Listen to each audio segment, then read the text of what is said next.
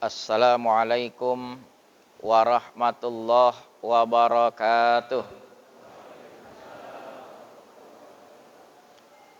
Alhamdulillah alladzi amarna bibirril walidain.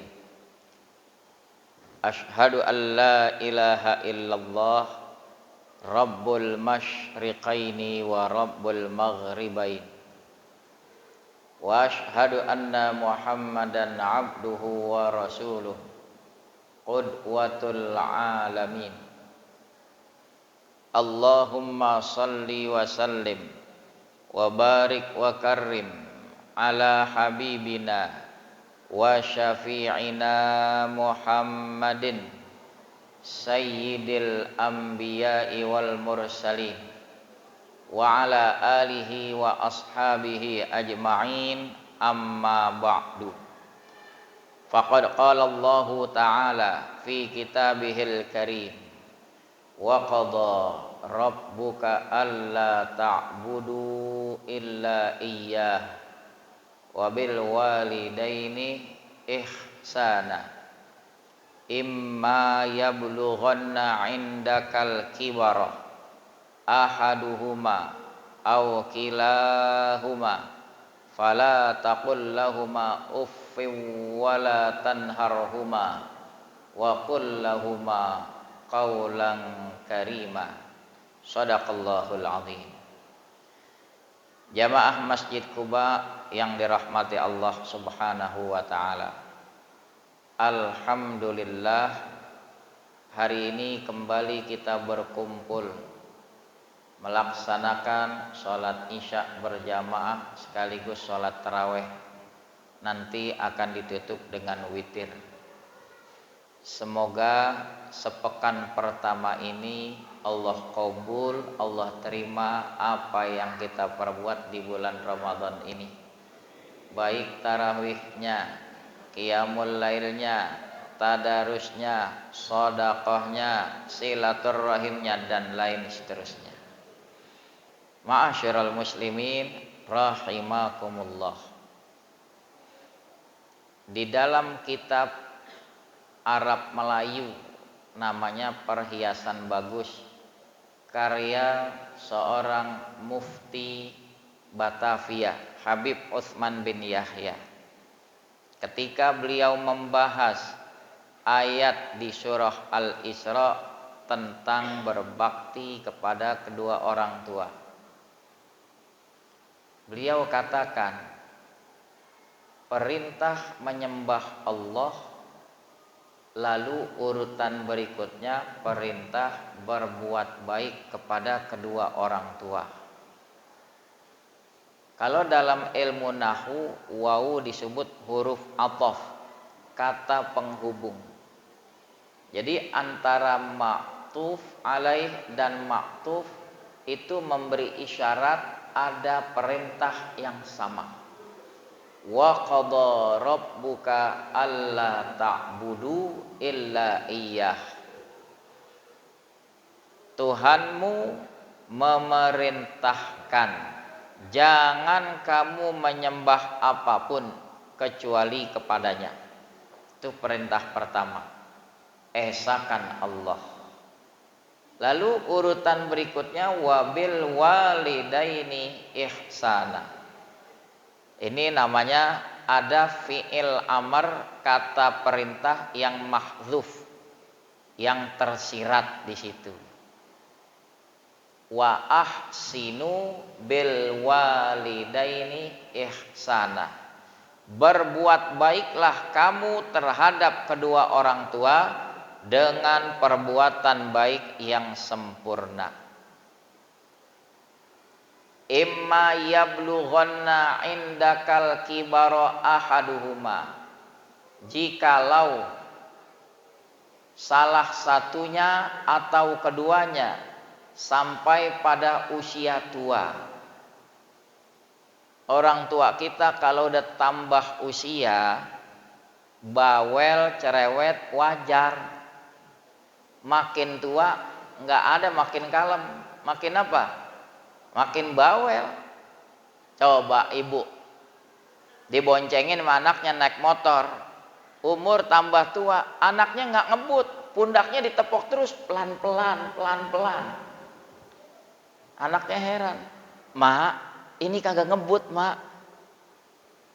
Kenapa? Rasa ngerinya bertambah-tambah, udah tua.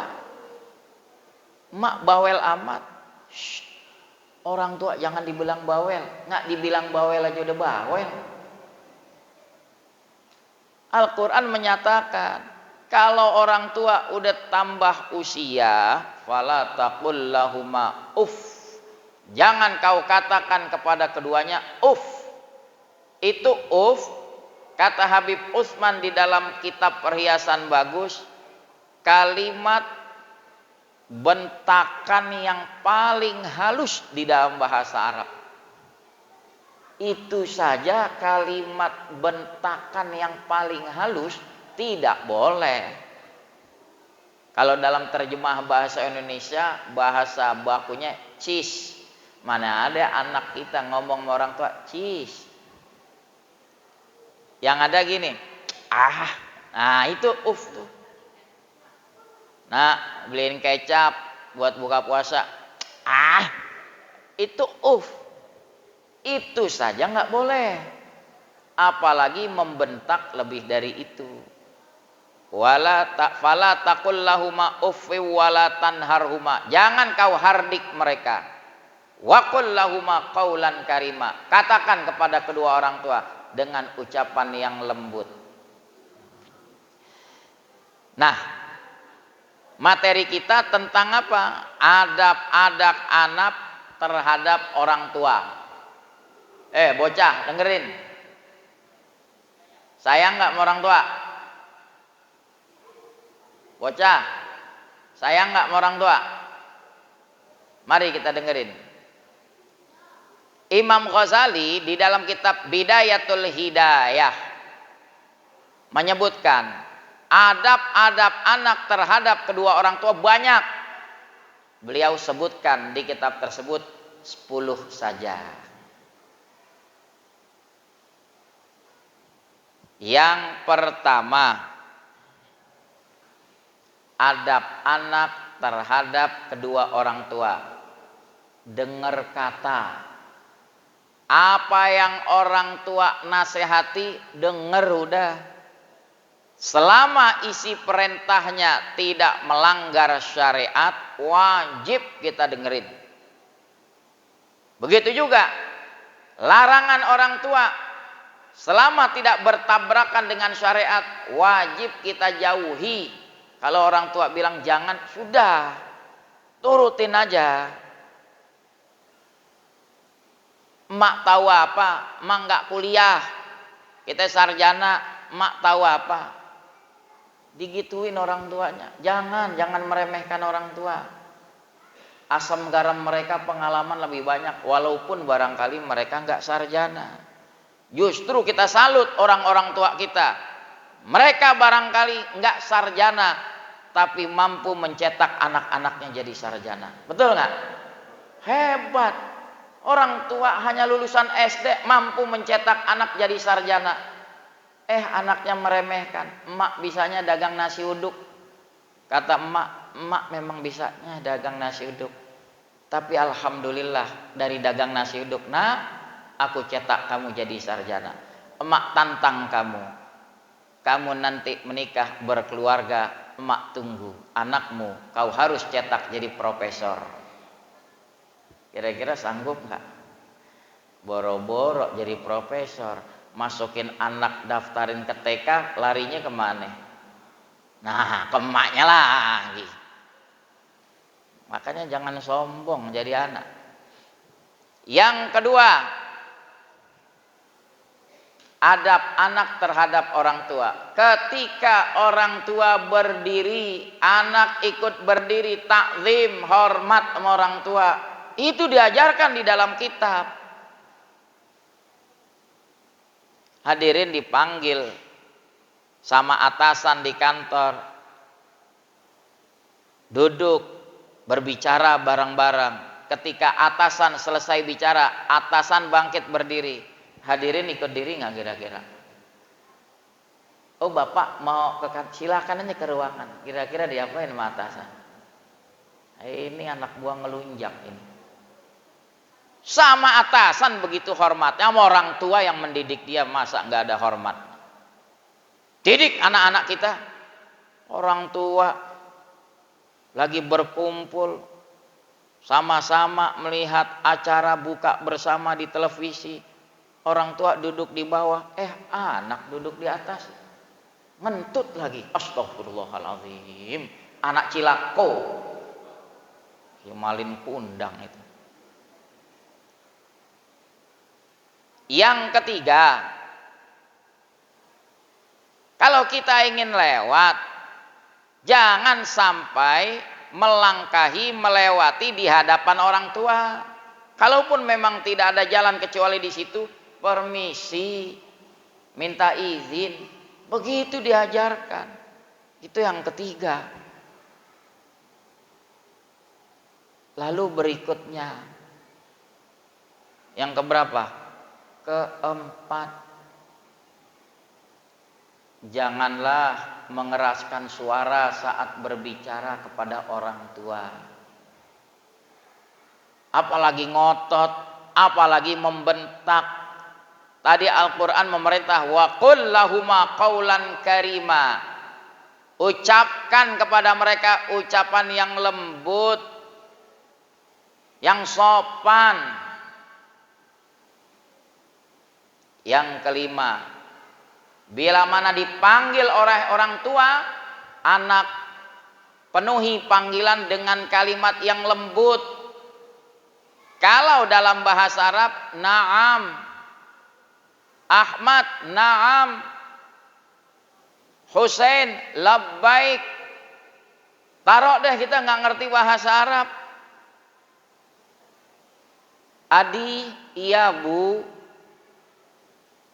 Itu di bahasa kita adat ketimuran ada diajarkan. Tono, dalam bu, tuh nggak cetek-cetek lagi langsung dalam. Sulastri, nun bu, tuh nggak pakai alif baka lagi, langsung nun bu, halus sekali. Nyampe di kota metropolitan, pergaulan nyampur, tono, woi, dipanggil orang tua. Kita masih kecil dipanggil orang tua, lebay, begitu. Sekarang pakai tambahan. Mat, sini mat. Iya mak, bawel. La haula wala quwata. Hati-hati hadirin. Jangan suka memaki orang tua. Al-Awwam bin Hausyab, dia cerita, saya berjalan di sebuah tempat, di situ ada pekuburan. Saya terperanjat, ada satu kuburan terbelah, muncul penghuninya. Tubuh manusia, kepalanya kepala keledai. Kaget. Ini kuburan orang kok kepala keledai.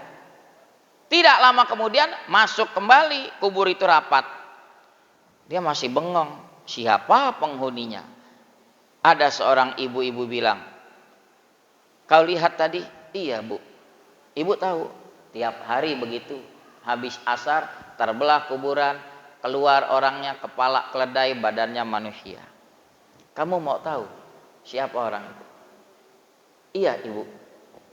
Di sana ada seorang wanita tua, coba kau tanya. Dihampiri, maaf ibu, tadi saya melewati kuburan ada terbelah. Itu kuburan siapa? Si wanita tua itu bilang, itu kuburan putraku. Maaf ibu, dulu semasa hidup apa kerjaannya kok sampai begitu? Tetangga ibu bilang setiap sore muncul kepala keledai, badannya manusia, lalu rapat lagi. Ya emang udah dia rasain deh, kata ibunya. Maksud ibu, dulu semasa hidup kalau saya tegur, dia doyan mabok, saya tegur, nak sampai kapan kau berhenti minum nak?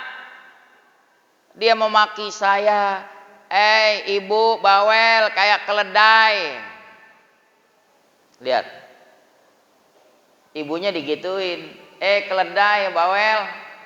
Nah, begitu dia mati, begitulah seksaannya. Itu masih di dunia diperlihatkan. Itu diabadikan dalam kitab Irsyadul Ibad ila Sabilir Rasyad. Kisah itu. Jangan main-main. Bagaimana kalau maki orang tua dengan kebun binatang? Ya Allah, ya Rabbi, ya Karim. Saya ngeri. Begitu dia mati, dikubur. Wal'iyadzubillah. Apa yang dia makikan kepada orang tuanya, dibangkit di hari kiamat, ya kepalanya seperti itu. Tobat cepat-cepat. Adab yang keenam, thalabur ridho, cari redho orang tua. Cari redho orang tua. Dalam hadis riwayat Bukhari, Nabi bersabda, ihfaz wudda abika, jaga kesayangan orang tuamu. La taqta'hu, jangan kau patahkan hatinya. Fayutfi'ullahu nuraka, Allah akan padamkan pelita hatimu. Biar kata anak pinter, tapi dia berani sama orang tua, dia menyakiti hati orang tua, percuma. Belajar di malam hari, padam pelita hatinya. Besok ngadepin ujian, gagal. Satu-satunya dosa yang Allah kontanin di dunia yaitu durhaka kepada orang tua. Ada riwayat lain bilang tambahan apa? Sewenang-wenang. Isnani yu'ajjiluhumallahu bena Adam. Dua perkara yang Allah kontankan akibat perbuatannya di dunia, yaitu al-baghyu, sewenang-wenang, zalim sama rakyat, zalim sama ulama, kontan di dunia, nggak usah nunggu di akhirat, di dunia aja dia udah puyeng begini, puyeng. Yang kedua, wa uququl walidain, durhaka kepada kedua orang tua. Saya kasih cerita sedikit. Nyata. Di bilangan Jakarta Pusat, saya selepas mengajar waktu itu hari Ahad, datang salah satu pemuda. Ustadz, bisa nggak mampir ke rumah selepas taklim? Boleh. Saya mampir. Kenapa? Ustadz, istri saya hamil. Udah lewat bulannya, udah 10 bulan. Dokter vonis kalau lewat juga harus disesar. Saat itu biaya sesar 2 juta saat itu. Saya nggak punya uang Ustadz, saya orang kecil. Bisa nggak Ustadz kasih solusi? Saya bilang insya Allah. Kalau boleh saya minta segelas air putih. Apa yang Nabi ajarin, doa untuk mempermudah proses persalinan. Kita baca surah Al-A'raf ayat 54, ayat kursi, kulhu, falak, annas. Itu di dalam kitab Al-Adhkar diajarkan begitu. Udah. Saya bilang minumin istri ente. Cuma satu. Apaan toh Ustaz? Ente minta redho sama orang tua, sama mertua. Tiba-tiba dia jawab, itu dia Ustaz. Kita lagi koslet sama mertua. Ngaku. Oh gitu. Saya bilang udah deh, ente sama orang tua sama mertua jangan buka front begini, apalagi istri lagi mau melahirkan. Ya, kita posisi bener aja kadang-kadang masih dianggap salah, apalagi ente salah. Udah minta redho, minta maaf. Baik Ustadz. Minggu depan kita taklim, selepas taklim mukanya bersinar-sinar, bilang, Ustadz, alhamdulillah. Gimana? Yang Ustadz saranin mampir ke rumah orang tua, ke rumah mertua, minta redho, terus saya minumin tuh air, langsung mules. Bagaimana? Bawa ke rumah sakit. Sesar enggak? Enggak. Normal Ustadz, alhamdulillah. Saya giniin, duit sesarnya bawa sini. Ya Ustadz, saya bercanda. Tuh redho orang tua tuh jangan main-main. Ini adab yang keenam, cari redho orang tua. Ya. Redho Allah ada pada redho orang tua. Jangan main-main. Tahu istri mau beranak masih berantem sama orang tua. Ya Allah, namanya orang tua kadang-kadang kita bener aja masih dianggap salah, apalagi Salah, ya Allah. Udah berapa sekarang? Sekarang yang ke-7. Jangan membangkit-bangkit pemberian. Ingat tuh, seberapa besar pemberian kita sama orang tua masih belum bisa menandingi kebaikan orang tua sama kita. Satu-satunya yang bisa nebus apa? Kata Nabi, bila mana dia mendapati orang tuanya dalam keadaan budak, lalu dia beli kepada tuannya untuk dia tebus itu budak yang merupakan orang tuanya, dia merdekakan, baru bisa ketebus. Sekarang masalahnya ada budak nggak? Dan nggak ada orang tua kita budak. Artinya apa? Nggak bisa ketebus kebaikan orang tua. Jadi jangan suka dibangkit-bangkit. Ini dalam rumah tangga kadang-kadang kita diuji kepancing apa enggak. Salah satu saudara kita, wah abang bisanya apa sih? Ya, kita tiap bulan ngasih emak, abang bisanya apa? Awas, jangan terpancing keikhlasan kita. Depan orang tua ribut sampai orang tua sedih. Udah deh jangan ribut. Yang bayarin listrik gue tahu. Yang sono bilang, yang bayarin PBB kita. Sedih orang tua. Kenapa membangkit-bangkit pemberian? Kalau bisa apa? Walaupun kita berbuat baik sama orang tua, kalau bisa jangan sampai diketahui sama yang lain. Biarlah saudara kita katakan kita nggak bisa memberikan apa-apa. Udah tawadhu aja. Iya sih, abang memang belum bisa memberikan apa-apa sama orang tua. Doain aja deh. Sebisa abang, mudah-mudahan abang bisa bantu. Udah gitu aja. Jangan pakai kepancing, disebutin lagi nominalnya. Nih, buku rekening tiap bulan nih transfer ke emak, nggak ada yang lebih gede dari gue. La haula wala quwata illa billah. Sedih orang tua tuh. Dia pengen tutup mata berpulang ke rahmatullah, anak-anaknya rukun, menantunya rukun. Betul nggak? Iya. Kita juga jadi orang tua jangan memancing-mancing. Kadang-kadang orang tuanya juga sih. Mantu kan beda-beda. Kalau yang tajir, royal, enak, dapat THR, cetiau dikasih, mesem udah. Dapat captun, aduh mesem. Berapa itu? 10 juta. Wow, mesem. Tapi kan nggak semua anak, nggak semua mantu punya kemampuan sama. Betul? Jangan diginin, lo mah apaan? Tuh mantu gue yang ini nih. Hebat, royal. Lo mah kertok, apaan tuh? Habis ceker patok. Jangan, itu namanya menanamkan bibit permusuhan. Kita nggak ada umur dia bakal berantem nanti. Jangan, kita jadi orang tua nggak boleh gitu. Nanti Allah kasih pelajaran. Begitu tahun ini yang di Arab yang tajir, kok kagak mampir, udah tanggal segini. Ya, yang di sono mikir orang kena mutasi. Kita kagak mampir ditunggu-tunggu, kita mampir mafi fulus. Yang datang yang kertok. Udah buruk sangka lagi. Assalamualaikum, waalaikumsalam. Ngapain lo? Mak nggak punya duit kalau mau minjem. Astagfirullah. Udah main tuduh aja. Itu mantu enggak dendam. Enggak, Mak. Ini namanya mau lebaran silaturahim. Justru kesini mau minta maaf selama ini terlalu memberatkan emak, minjem duit terus. Hari ini kita mau beresin, keluarin amplop. Nih mak, kita lunasin nih hari. Nih ada amplop lagi. Tuh apa lagi? Ini spesial hadiah buat emak. Wah lo, tadi dia udah nuduh mau ngutang, ternyata ngelunasin, ngasih lagi di luar ngutang. Kira-kira kikuk nggak mertua? Langsung, lo buka puasa di mana?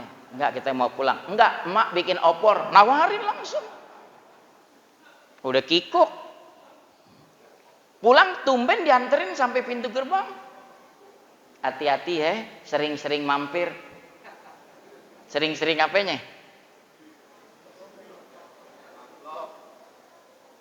Itu Allah kasih pelajaran. Bahasa tersiratnya, hei hambaku, jangan punya ketergantungan sama manusia. Gantungkan harapan kepada Allah. Mantu nggak semuanya mampu. Ada saatnya yang naik, ada saatnya yang anjlok. Justru yang dihina-hina malah naik. Ngomong lagi, mak ini nggak lepas dari doa emak juga. Padahal emaknya boro-boro doain. Wah, itu mantu baik banget, nggak dendam tuh. Jadi kayak nonton sinetron. Udah berapa? Hitungin dong. 7. Yang ke-8. Tadi yang ke-7, jangan membangkit-bangkit pemberian kepada orang tua. Yang ke-8, jangan menatap mata kepada orang tua dengan sorot mata yang tajam. Ya. Di dalam satu kitab disebutkan, siapa yang memplototi orang tua di yaumil qiyamah, nggak usah di yaumil qiyamah, di alam kubur, disodok nih sama kayu bara api neraka jahanam. Bagaimana perasaan orang tua dipelototin begitu? Ya Allah, boleh tanya bapak-bapak yang tua. Dulu ditegor sama orang tua aja, dia boro-boro balik melotot, takut untuk. Betul nggak? Iya. Sekarang emaknya dipelototin. Emang kenapa emak? Begitu. Emaknya juga mestinya ngaji juga. Ini ngomong, kenapa nak? Main sepeda, jatuh, berdarah. Lo berdarah, batal puasa lo. Gak tahu tuh ngaji kitab apa tuh. Besot, berdarah, batal. Bener nggak? Sampai sekarang nih masih begini nih. Itu orang tua dulu bahasanya dalam, halus. Maksudnya kalau wanita keluar darah haid, batal puasanya. Cuma dia sungkan ngomongnya. Dia bilang kalau berdarah puasanya batal. Maksudnya ketelnya bocor. Akhirnya tertanam persepsi. Sampai kita nasihatin anak. Nak, hati-hati naik sepeda, kalau berdarah puasanya batal. Nggak ada tuh kitab fikih ngomong gitu. Tuh anak pulang nangis, jangan nangis, batal. Saya cari di kitab fikih kagak ada nangis batal. Kecuali kalau air matanya dijilat. Ya mana ada, kagak ada. Itu bahasa halus. Maksudnya jangan sampai sengaja-ngaja keluar mani. Jadi yang nangis tuh si bungsu yang di bawah. Bahasanya terlalu halus. Tertanam sama kita. Kalau nangis puasa batal. Mesen lagi anaknya, jangan nangis. Kalau nangis puasanya batal. Sama bahlulnya itu. Orang kagak ngaji. Mudah-mudahan saya bahas begini jadi dilurusin ya. Nangis batal puasa. Berdarah batal puasa. Tanya, apa yang berdarah? Begitu. Udah 8. Yang ke-9, kalau tadi jangan memplototi, yang ke-9, jangan menunjukkan muka masam di hadapan orang tua. Biar kata bansos belum turun gitu. Oh udah, pantes mukanya cerah semua.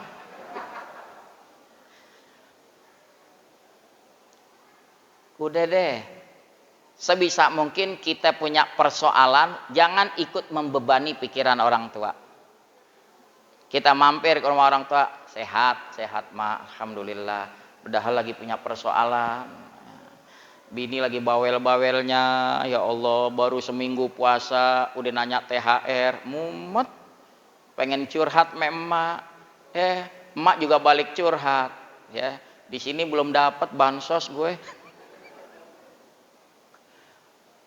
Udah, jangan berbagi pikiran yang butek sama orang tua, jangan. Sehat, udah husnuzon aja, sehat. Biar kata pikiran lagi butek, sehat mah alhamdulillah. Itu orang tua kita hebat loh. Kalau kita punya rizki berbagi nih. Bahasa orang tua kita dulu. Yang dia tanya apa? Emang buat bini lo ada? Buat anak lo ada? Sampai begitu ngomong. Punya harga diri orang tua kita. Mak, buat bini udah dipisahin, buat anak udah. Ini spesial buat emak nih. Baru dia terima. Begitu. Nggak tahu kalau emak-emak sekarang pucuk dicinta ulam tiba. Yang terakhir,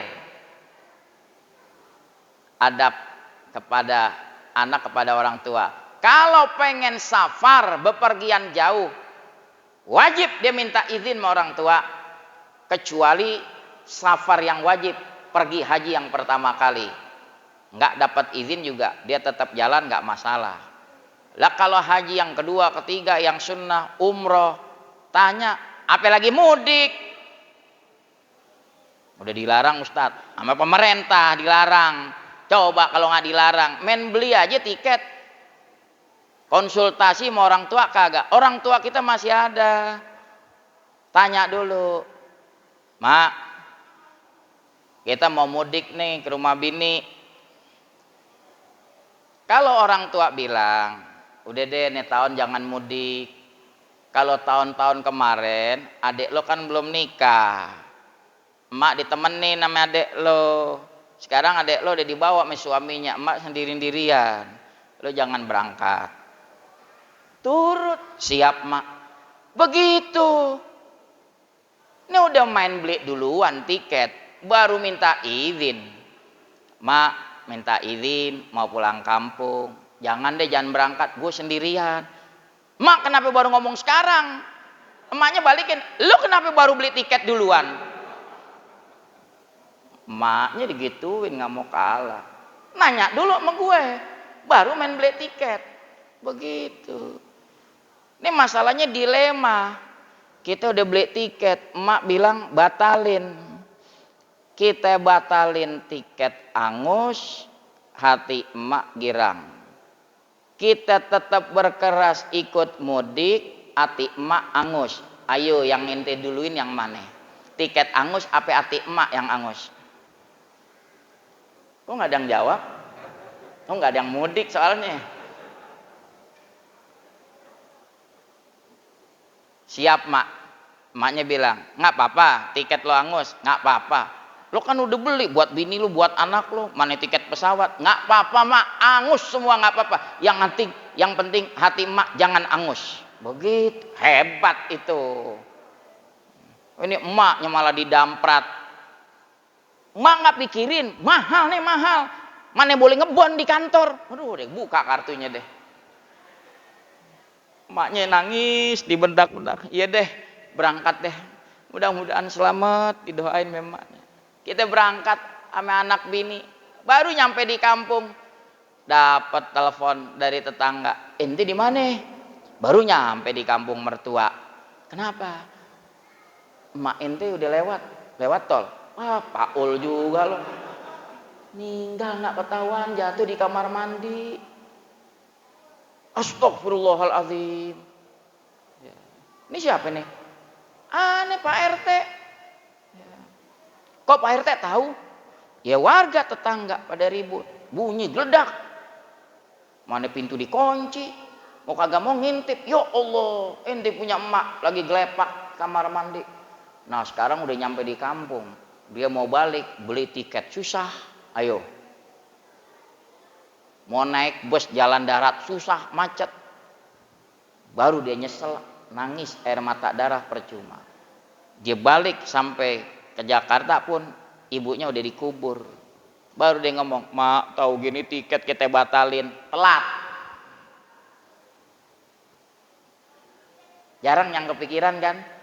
Makanya Imam Ghazali ajari, kalau mau safar kita masih punya orang tua, minta redoknya. Kecuali kalau safar yang wajib seperti haji yang pertama kali. Ya mudah-mudahan deh bermanfaat. Hadanallahu wa iyyakum ajma'in. Assalamualaikum warahmatullahi wabarakatuh.